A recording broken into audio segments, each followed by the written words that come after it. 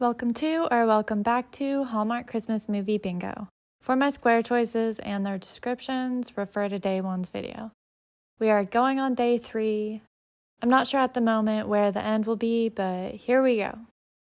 Today we're starting with Christmas by Design that came out this year. The title has Christmas in it, so we're starting off with a square marked.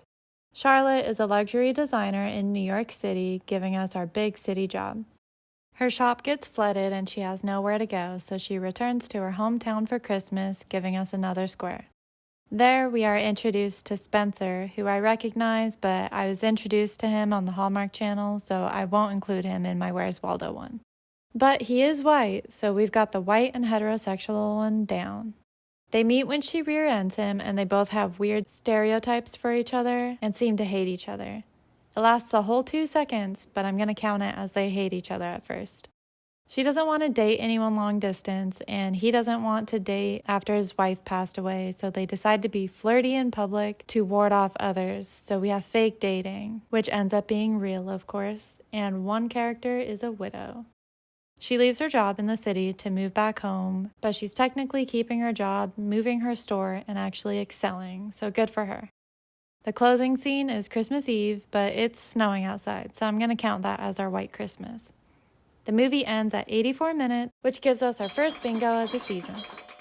Movie number 2 is Mystic Christmas, also from this year. The title has the word Christmas in it, so we're off to a great start.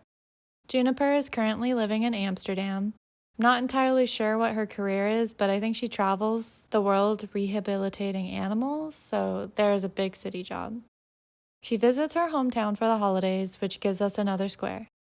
Back home, she's staying with her best friend, whose brother, Sawyer, is an old flame of hers, and they currently aren't fond of each other because they're fighting over who ghosted who. That gives us old flames, and they hate each other at first. And the white and heterosexual square. Sawyer owns a restaurant, so I'm going to include that in the chef and baker category. They make up and plan for a date, which she has to cancel to help Lucille, and he gets pissy about it, thinking she's just blowing him off. So we have the conflict was caused by poor communication. Instead of just saying, I can't make it, she could have said, I'm so sorry, I need to save Lucille. Can we please reschedule the date that I was looking forward to? And even in her just saying, I can't make it, he could have asked if everything was okay, which he actually does type out, but then he deletes it. Or he could have asked her to reschedule. I don't know. The communication could have been fixed easily. After the holiday, she's supposed to go to Africa, but she throws her traveling career away to stay in town, which is ironic because he decides to leave town to travel the world. She threw away her career for nothing. Don't we all love that for her? It fast forwards a year, and they seem to be doing the long distance thing, which is annoying because why was it not okay when that's what she wanted, but it's okay now that he wants it? But anyway, that concludes the movie at 84 minutes as per usual, and the movie poster has red and green tops. No bingo on this one though.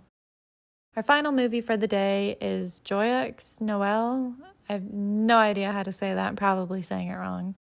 Leah and Mark are co-workers/journalists who travel to France to do a story together.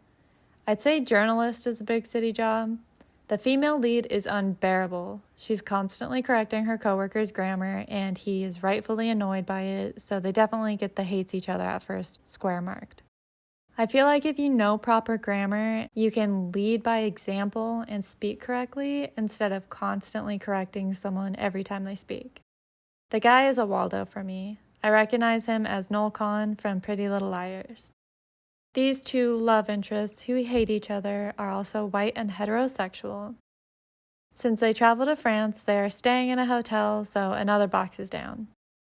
In researching their story, they pretend to date to distract someone and sneak around to find information. It only lasts a moment, but I'm going to count it. In that moment, Mark finds out information and lies to Leah about it. So they're already off to a great start, but that means the conflict of the movie could have been easily solved with better communication. And no, I don't mean his grammar. The closing scene seems to be Christmas, but she said she's hosting Christmas this year back home, so I don't think it is. It's snowing, but I'm not going to include it.